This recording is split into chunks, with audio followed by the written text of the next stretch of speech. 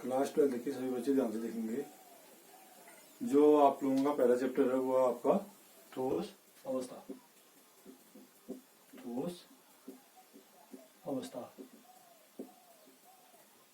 Solid state. आपने 10th और 9th की क्लास में पढ़ रखा होगा, 11th की क्लास में पढ़ाएगी। जो ठोस अवस्था है वो लिया कहाँ से किया, पहले हम इसके बारे में जनरल अध्ययन करेंगे, उसके पश्चात हम इसके बारे में पूर्ण रूप से पढ़ेंगे। तो ठोस अवस्था के बारे में जानकारी करने के लिए पहले हमको क्या बताना पड़ेगा आपका। आपने 11th में पढ़ रखा है, 9th में पढ़ रखा है और 10th में पढ़ रखा है कि ठोस अवस्था ठोस होते क्या है। ठीक है, तो जरा इसका जनरल हम क्या करेंगे, आपका अध्ययन करेंगे। ठीक, और इस चैप्टर में हमको पढ़ना क्या क्या है वो भी, उन चीजों के बारे में भी हम अध्ययन करेंगे। और इस वीडियो में हम क्या क्या पढ़ेंगे वो भी देखिए। फर्स्ट तो इसके बारे में पढ़ना है आपने क्या, पदार्थ की भौतिक अवस्थाएं। पदार्थ की भौतिक अवस्थाएं। दूसरा, ठोसों के प्रकार। इसमें आएंगे आपका दो, क्या आएंगे, क्रिस्टलीय ठोस और अक्रिस्टलीय ठोस। अक्रिस्टलीय ठोस। उसके पश्चात नेक्स्ट जो टॉपिक आएगा आपका क्रिस्टलीय ठोसों का, क्रिस्टलीय ठोसों के प्रकार। क्रिस्टलीय ठोसों कितने प्रकार के होते हैं, आपका 4 प्रकार के होते हैं, तो उसके बारे में हम अध्ययन करेंगे। ठीक है, ये होते हैं आपका आणविक ठोस, आणविक ठोस, आयनिक ठोस, धात्विक ठोस और अंतिम होता है सहसंयोजी ठोस। सहसंयोजी ठोस। तो इन सभी के बारे में हम इस वीडियो में अध्ययन करेंगे। ठीक है, तो पहले हम चलेंगे आपका ठोस अवस्था यानी कि सॉलिड स्टेट। उसके बारे में हम जनरल पढ़ेंगे कि इस चीज की हमको आवश्यकता क्यों पड़ती है इस चैप्टर में, और इसके बारे में हम पूर्ण अध्ययन भी करेंगे कि पदार्थ की जो भौतिक अवस्था है वो कौन कौन सी है, और जनरल पढ़ेंगे इसके बारे में। ठीक है, तो फर्स्ट हम देखेंगे कि ठोस क्या होते हैं। पदार्थ की, आपने देख रहे हैं कि क्या है टॉपिक का नाम पहला, पदार्थ की भौतिक अवस्थाएं, या इनको हम बोलते हैं कि द्रव्य के प्रकार। ठीक है, वो क्या बोल सकते हैं आपका द्रव्य, यानी कि कितने प्रकार के होते हैं, आपने पढ़ रखे हैं। द्रव्य कितने प्रकार के होते हैं, आपका 3 प्रकार के होते हैं। कौन कौन से होते हैं, ठोस यानी कि इसको बोलते हैं हम आपका सॉलिड। दूसरे होते हैं गैस और द्रव, लिक्विड। तो जो पदार्थ द्रव्य की अवस्थाएं होती है कितने प्रकार की होती है, आपका मुख्यतः 3 प्रकार की होती है। कौन कौन सी होती है, पहली ठोस अवस्था होती है, दूसरी होती है आपका गैस अवस्था, तीसरी होती है द्रव अवस्था। अब जब हम क्या पढ़ते हैं, आपका यहाँ पे आपको चैप्टर का नाम देख रहे हैं कि ठोस अवस्था है। जो आपका पहला चैप्टर है वो किससे लिया गया है, आपका यहाँ से ठोस से। तो इसके बारे में हम क्या करेंगे, आप ठोसों के बारे में पहले जानकारी प्राप्त कर लेंगे। ठोस क्या होते हैं, तो आपने 2 चीजें आपने पढ़ रखी है, कौन कौन सी, 11th और 9th वाले चैप्टर में। इससे हम आगे चलेंगे, किससे, आपको ठोस के बारे में अध्ययन करेंगे। पहले ठोस, इसमें बोला जाता है क्या, आपका सॉलिड। ठोसों के क्या क्या गुण होते हैं वो पढ़ना है आपका इसमें। ठोस क्या होते हैं, विभिन्न अवयवी कणों से मिलकर बने होते हैं। अवयवी कणों से मिलकर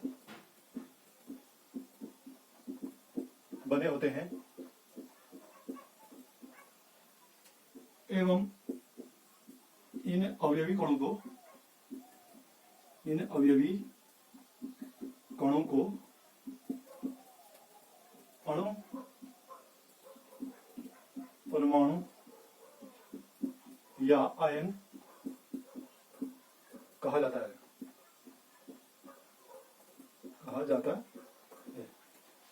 तो जो आपका पहला गुण है वो क्या है, आपका ठोस या विभिन्न अवयवी कणों से मिलकर बने होते हैं।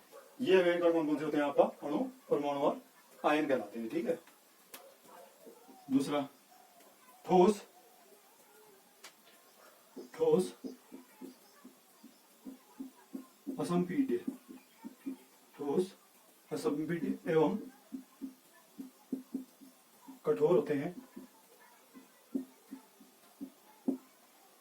ठीक है।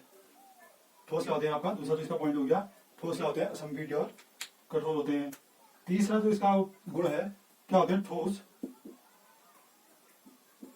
ठोसों के अणु प्रबल अंतरा अणु बल द्वारा, अंतरा अणुक बल द्वारा, बल द्वारा जुड़े रहते हैं, जुड़े रहते हैं। नेक्स्ट इसका तो क्या होगा, गुण होगा, तो हमने पढ़े कि ठोस के अणु क्या होते हैं, प्रबल अंतरा अणु बल द्वारा जुड़े रहते हैं। ठोसों के गलनांक, ठोसों के गलनांक, ठोसों के गलनांक द्रव एवं गैस से अधिक होते हैं, अधिक होते हैं। ठीक है, इतने हो गए 4। अब आपका नेक्स्ट आ जाएगा, एक गुण और पढ़ लेते हैं। ठोस, ठोसों के कण, ठोसों के कण अपने अक्ष पर, अपने अक्ष पर कंपन करते हैं, कंपन करते हैं। इसलिए इनका अपवर्तनांक, इसलिए इनका अपवर्तनांक, अपवर्तनांक परिवर्तित, परिवर्तित नहीं होता है। ठीक है। ठोस, एक गुण और पढ़ते हैं इसका मुख्य, ठोसों के आकार, ठोसों के आकार, कौमा आयतन, कौमा द्रव्यमान निश्चित होते हैं, निश्चित होते हैं। तो ये आपने कितने पढ़ लिया गुण, पहला गुण, पहला गुण क्या है आपका, ठोस विभिन्न अवयव कणों से मिलकर बने होते हैं एवं इन अवयव कणों को क्या बोला जाता है, परमाणु, अणु और आयन कहते हैं। ठोस असंपीड्य होते हैं एवं कठोर होते हैं। ठोसों के अणु प्रबल अंतरा अणु बल द्वारा क्या है, आपस में जुड़े होते हैं। ठोसों के गलनांक द्रव एवं गैस से क्या होते हैं आपका, अधिक होते हैं। ठोसों के कण अपने अक्ष पर क्या करते हैं, कंपन करते हैं, इसलिए इनका अपवर्तनांक परिवर्तित नहीं होता है। अंतिम का जो आपको क्या जाएगा, इसका पॉइंट गुण हो जाएगा, ठोसों के आकार, आयतन, द्रव्यमान क्या होते हैं आपका, निश्चित होते हैं। तो जब हम क्या पढ़ेंगे आपका, अगर आपको स्क्रीनशॉट लेना तो इसका ले लीजिए। तो ठोस अवस्था के बारे में हमने इसका क्या कर लिया, आपका पूर्ण अध्ययन। ठोसों के बारे में जनरल आपको अगर ठोस अवस्था पढ़नी तो पहले ठोस के बारे में पढ़ना, जब तक आपको ठोस के बारे में नहीं पढ़ेंगे उससे आगे आप क्या नहीं पढ़ पाएंगे, आपका आगे नहीं बढ़ पाएंगे। इसलिए आपका स्क्रीनशॉट ले लीजिएगा इसका, तो आप इसको नोट्स भी बना सकते हैं। ठीक है। तो नेक्स्ट आ जाएगा टॉपिक, ठोसों का वर्गीकरण या प्रकार। ठोस कितने भागों में विभाजित किए गए हैं आपका, यहाँ पे देखिए, अवयवी कणों की संख्या के आधार पर, अवयवी कणों की संख्या के आधार पर, संख्या के आधार पर ठोसों को दो भागों में विभाजित किया गया है, विभाजित किया गया है, जो निम्न है। ये देखिएगा आप, ठोस, ठीक है, ठोस कितने भागों में विभाजित किए गए हैं, आपका 2 भागों में विभाजित किए गए ठोस अवस्था को। ये होते हैं आपको कौन से,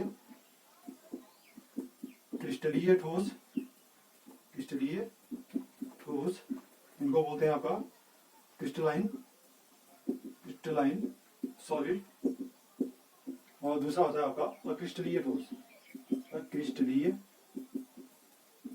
ठोस, एमोर्फस सॉलिड, क्या बोलते हैं आपका, एमोर्फस सॉलिड। ठीक है, तो क्रिस्टलीय ठोस हो गया। आप ठोस कितने प्रकार के हो गए आपका, 2। अवयव गुणों की संख्या के आधार पर इनको विभाजित किया गया है आपका। ठोस कितने प्रकार के होते हैं आपका, 2 प्रकार के होते हैं। एक होता है क्रिस्टलीय ठोस, दूसरे क्या होते हैं आपका, अक्रिस्टलीय ठोस। अब क्रिस्टलीय ठोसों का भी आपका कितने भागों में विभाजित किया गया, आपका 4 भागों में विभाजित किया गया है। कितने भागों में विभाजित किया गया आपका, 4 भागों में विभाजित किया गया है। पहला है आपका, पहला जो ठोस है वो है आपका आणविक ठोस, आणविक ठोस। दूसरा होता है आयनिक ठोस। तीसरा है आपका आणविक ठोस, आयनिक ठोस, सह संयोजी ठोस। अंतिम आता है आपका धात्विक ठोस। ठीक है, आणविक ठोस यानी कि मोलिकुलर सॉलिड्स, आयनिक ठोस आयनिक सॉलिड्स, सहसंयोजी ठोस कोवैलेंट सॉलिड्स एंड धात्विक ठोस मेटेलिक सॉलिड्स। तो ये आपका कितने भागों में विभाजित किए गए हैं, आपका 4 भागों में विभाजित किया। किसको, क्रिस्टलाइन सॉलिड्स। ठोसों का वर्गीकरण करते समय हम कितने भागों में, अवयव गुणों की संख्या के आधार पर इनको कितने भागों में विभाजित किया गया, आपका 2 भागों में विभाजित किया गया है। ठोस यानी कि क्रिस्टलीय ठोस और अक्रिस्टलीय ठोस। आणविक ठोस यानी कि, और क्रिस्टलीय ठोस भी कितने भागों में विभाजित किया गया, आपका 4 भागों में विभाजित किया गया है। आणविक ठोस, आयनिक ठोस, सहसंयोजी ठोस और धात्विक ठोस। तो जब हमने क्या कर लिया, इसका वर्गीकरण किया, नेक्स्ट वाले टॉपिक में हम इसका क्या करने हैं, आपका पूर्ण अध्ययन करना है किसके बारे में, आपका क्रिस्टलीय ठोस क्या होते हैं और अक्रिस्टलीय ठोस किन्हें कहा जाता है। ठीक है।